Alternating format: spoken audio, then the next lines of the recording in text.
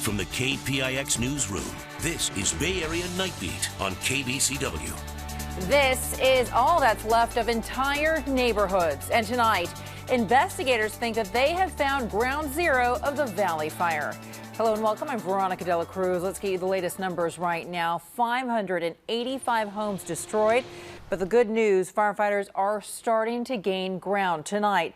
The fire is now 30% contained. 67,200 acres have burned. That is about the size of Sacramento.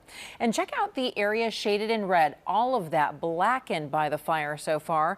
And tonight we're learning exactly where it all started.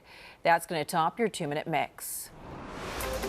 Investigators think the fire started around here, in or near this burned shed in the community of Cobb next to a 2-story home. The house unscathed.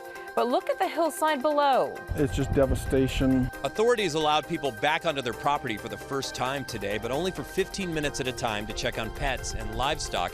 But a lot of them had no idea what they would find. Would their house be intact, or would it look like this? I still can't fathom that this really happened. I have a home, and I just want to go home at the end of the day, and I can't. We didn't expect this. I mean, we thought there'd be something. That's okay, it's just material. Oh no! Bill's house is gone! Oh, son of a gun. Tonight, something else evacuees are worried about: looters. It's disgusting, unfortunate that people would take advantage during a time of crisis like this to take advantage of people. Yeah, it's been anger what happened. We've made several arrests. A few of the people here have been able to go back into the neighborhoods, and they've taken their phones with them, and those phones have taken pictures and video of the people that are now behind bars for that crime. Also damaged in the fire, the Geysers geothermal plant. Calpine's cooling towers destroyed. More than 2,300 firefighters called in to fight this fire.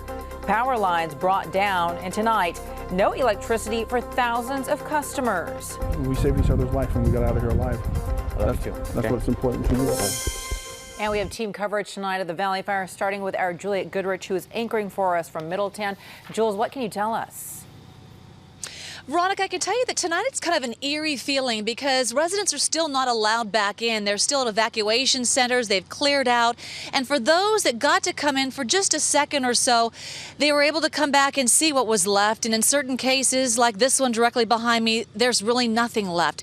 This particular house, you can see that there's a fireplace and chimney intact, but the rest of the home was gutted by fire.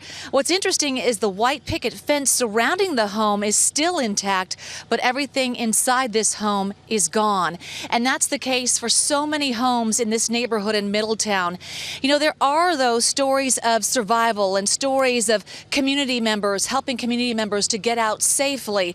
And we want to turn now to Kristen Ayers, Night Beat's Kristen Ayers. She is also in a part of Middletown where she has a story of a family making a narrow escape. Kristen.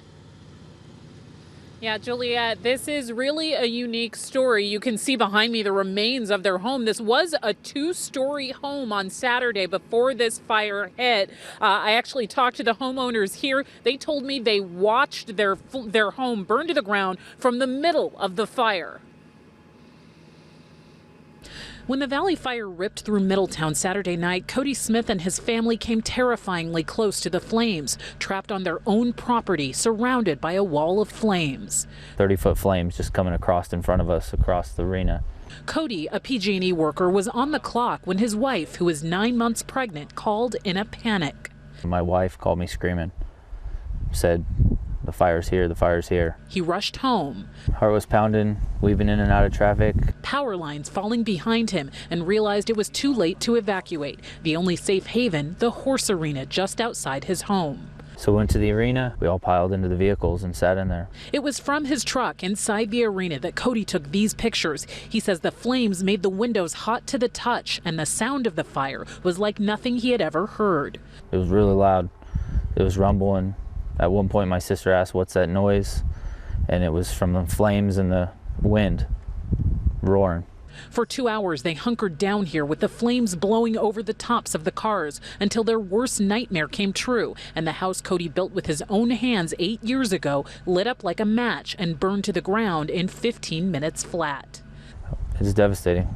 I turned the car around so my wife couldn't see it. Tonight, this is all that's left. Yeah, this is everything. 3,700 square foot house. The Smiths had no time to remove anything from the house, no photographs or important papers. But Cody says all that matters is that they survived, and his wife's due date is just a week away. Just gonna have the baby and move on from there. All told, the Smiths were stuck in the middle of the fire for 4 hours straight. They were finally let out by some PG&E workers who Cody was able to radio in. Amazingly, despite the damage that was done to their home, none of the people who were in the vehicles were hurt, and neither were any of the animals, horses and goats that were running around the arena. Juliet, they were okay as well. So truly an amazing story here. Absolutely. Kristen Ayers. Kristen, thank you. Now we want to give you a closer look at the devastation. And for that, let's go to Night Beat's Mark Kelly with a view from above Middletown. Mark. Well, Juliet, I was in Middletown last night. It's an eerie place to be. Homes burned down. Power lines just snapped on the ground. Power lines, poles hang like tinsel on a Christmas tree. It's really quite a sight. But seeing the destruction today from a bird's eye view gives us an idea how long it's going to take Middletown now to rebuild. You can see what used to be an apartment building that stood around the parking lot now flattened to a rubble of white ash. Cars look like nothing but charcoal at this point. Here's another incredible shot. You can see several homes covered in the red flame retardant and another building alongside it completely burned to the ground. And this is the Geysers geothermal power facility, largest of its kind in the world. The fire did severe damage to its cooling towers.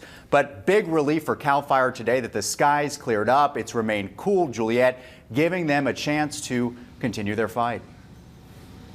Absolutely. All right, Mark Kelly. Mark, thank you. And just live from Middletown tonight, I can tell you that there's still firefighters that are going around the neighborhood just to make sure that everything is calm. And the reason why residents aren't allowed to come back, Veronica, is because there's still some dangerous hot spots and wires down. So they're still doing a lot of work to get things safe and up and running before evacuees come back in. Wow. Just looking at all of that, Julia, it is just heartbreaking. We appreciate it. Thank you so much. All right, well, we want to show you this image right here. This is Leonard Nett, and he is a man who is missing. He's from around that area, and the Valley Fire destroyed his home. More information right now on school closures. The schools that you see right here will remain closed tomorrow. There is no word yet on when they will reopen, and donations continue to pour into the American Red Cross at this hour. PG&E donated $250,000 and is matching an additional $100,000 in employee donations. If you want to help the victims of the Valley Fire, you can call in a donation right now to 1-800-RED-CROSS or go to redcross.org and designate your gift to victims of the Valley Fire. You can also text Red Cross to 90999 to give a $10 donation to the Disaster Relief Fund. Our morning show, Good Day, will also be holding a fire relief fundraiser. The Fire Victims Relief Fund Telethon begins at 6 o'clock in the morning. It goes till 11 o'clock right here on KBCW. Checking in now on other fires burning in California. This one southeast of Sacramento now. The Butte fire burned almost 72,000 acres in Amador and Calaveras counties. It is now 40% contained. Evacuation orders lifted for Amador County, but still in place for Calaveras County. The fire destroyed more than 200 homes. Thousands more are still threatened. In Fresno County, evacuation orders also lifted for those affected by the rough fire. People in Dunlap, Miramonte, and Pinehurst are returning home. The fire charred almost 140,000 acres since a lightning strike sparked it on July 31st. Coming up, a brutal beatdown outside of Levi's Stadium after the 49ers home opener. Tonight, a witness tells us what led up to this. And a humpback whale breaches on top of kayakers in Moss Landing. Tonight, it is all caught on camera. We're going to show you in 80 seconds.